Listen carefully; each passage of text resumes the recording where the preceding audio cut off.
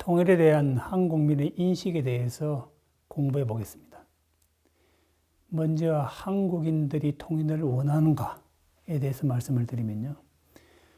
한국인의 약 50%에서 60% 정도의 인구가 지속적으로 변함없이 통일을 열망하고 있습니다. 이러한 통일 열망의 비율은 크게 변하지 않습니다.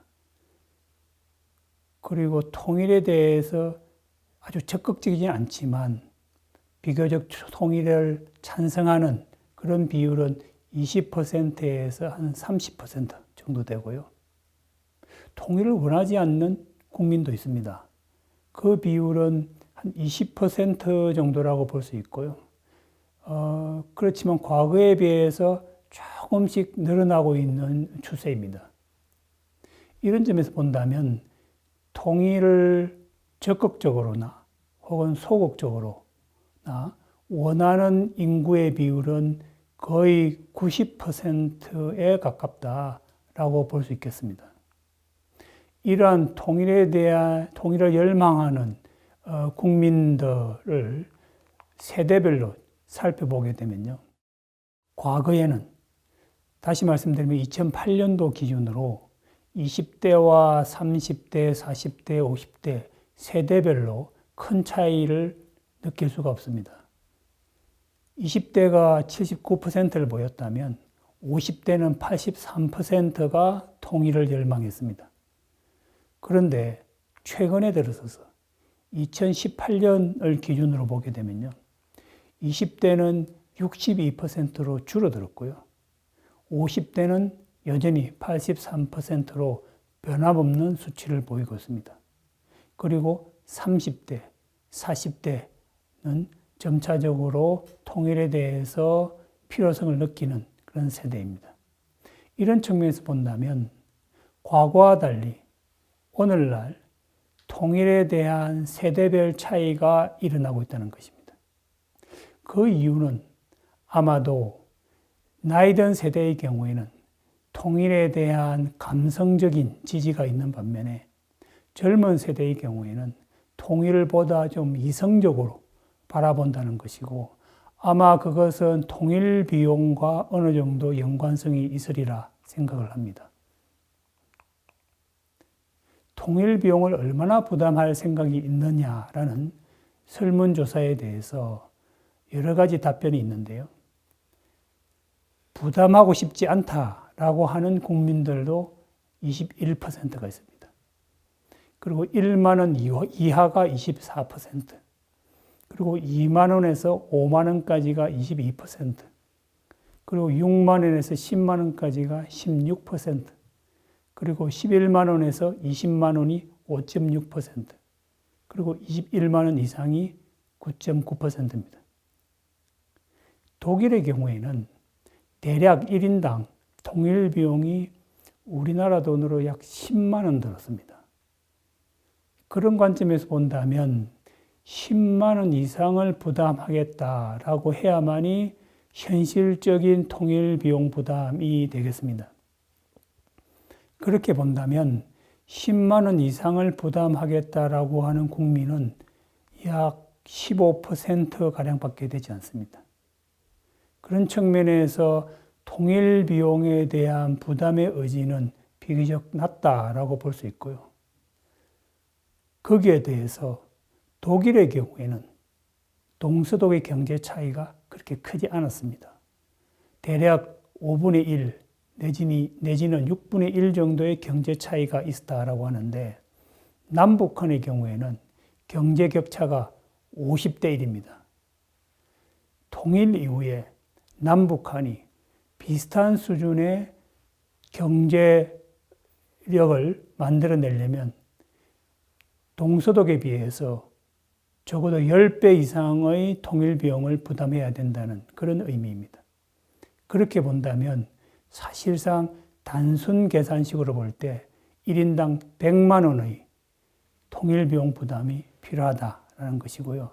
아마 이러한 계산이 점차 젊은 세대들에게는 보다 합리적이고 좀 이성적인 관점에서 통일을 바라보게 되는 계기가 되었지 않았을까 생각을 합니다. 한국인들이 왜 통일을 찬성할까요? 여러 가지 이유가 있겠지만 가장 큰 이유는 하나의 민족이기 때문입니다. 하나의 민족이기 때문에 통일해야 된다라는 그 국민의 비율이 2007년도에는 50%에 달했습니다. 국민의 절반이 하나의 민족은 하나의 국가를 가져야 된다는 그런 통일관을 가지고 있었는데 오늘날 그러한 민족주의적 관점의 통일관이 다소 쇠퇴하고 있습니다. 2019년도에는 34%의 국민이 하나의 민족이기 때문에 통일해야 된다라는 생각을 가지고 있습니다. 이에 반해서 다른 이유가 더 중요해지고 있습니다. 한반도의 전쟁의 위협을 없애고 한반도 평화를 위해서 통일을 해야 된다라는 국민의 비율이 2007년도에는 19%였는데 오늘날에는 32%까지 늘어났습니다. 하나의 민족이기 때문에 통일해야 된다는 국민이 34%, 평화적인 이유 때문에 통일해야 된다는 국민이 32%니까 지금 현재는 바로 민족주의적인 통일관과 평화주의적인 통일관이 거의 비슷해졌다라고 볼 수 있겠습니다. 세 번째로 중요한 이유는 통일을 할 경우 남북한이 한반도가 강대한 나라가 될 수 있다라는 보다 경제론적인 그런 통일관입니다. 이러한 생각은 과거나 지금이나 큰 변화 없는 약 18%의 국민이 이러한 통일관을 지지하고 있습니다. 나머지 요인들은 비교적 영향력은 약합니다만은 그 중에서도 이산 가족들을 위해서 통일이 되어야 된다라는 국민의 비율이 약 10% 정도 내외로 남아 있습니다. 과연 한국 사람들은 북한을 어떻게 생각할까요? 한국민의 대북 인식을 살펴보게 되면요. 남북한은 협력해야 된다라고 하는 생각이 가장 강합니다. 그리고 이러한 생각은 점차 커지고 있습니다. 그래서 현재 2016년 기준으로 국민의 43%가 남북한 간의 협력을 지지하고 있습니다. 그와 반대로 북한을 경계해야 된다 라고 생각하는 국민도 꽤 있습니다. 약 21%의 국민이 북한에 대한 경계심을 가지고 있습니다. 그보다 더 강하게 북한은 남한의 안보를 위협하는 적이다 라고 생각하는 국민이 약 14%가 되고요. 그와 정반대로 북한은 우리가 도와줘야 될 대상이다 라고 생각하는 국민이 약 11%입니다. 그리고 마지막으로 북한과는 일종의 경쟁 관계다 라고 보는 국민이 약 8%입니다. 경쟁 관계다라고 하는 이 비율을 비교적 중립적인 입장이라고 본다면 나머지 북한에 대해서 긍정적으로 보는 인식, 다시 말씀드리면 북한을 협력 대상이나 혹은 북한을 도와줘야 되는 대상으로 보는 그런 국민의 비율은 약 한 55% 정도 되고요.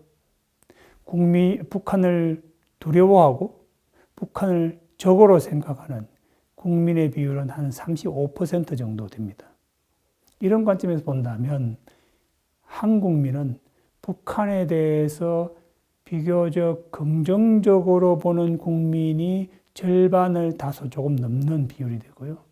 북한에 대해서 적대적으로 생각하는 국민은 약 3분의 1을 조금 넘는 그런 수준입니다.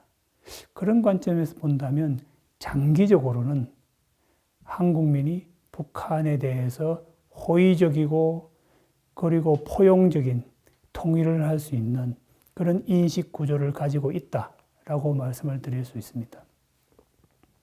그렇지만 단기적으로는 북한이 핵무기를 개발을 하고 있고 이 북한의 핵무기 개발이 이 남한에 있는 국민들의 인식을 상당히 부정적으로 바꾸고 있습니다.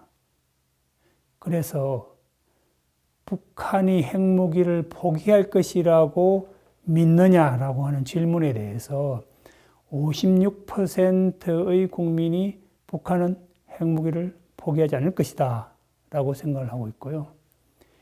약 21%의 국민은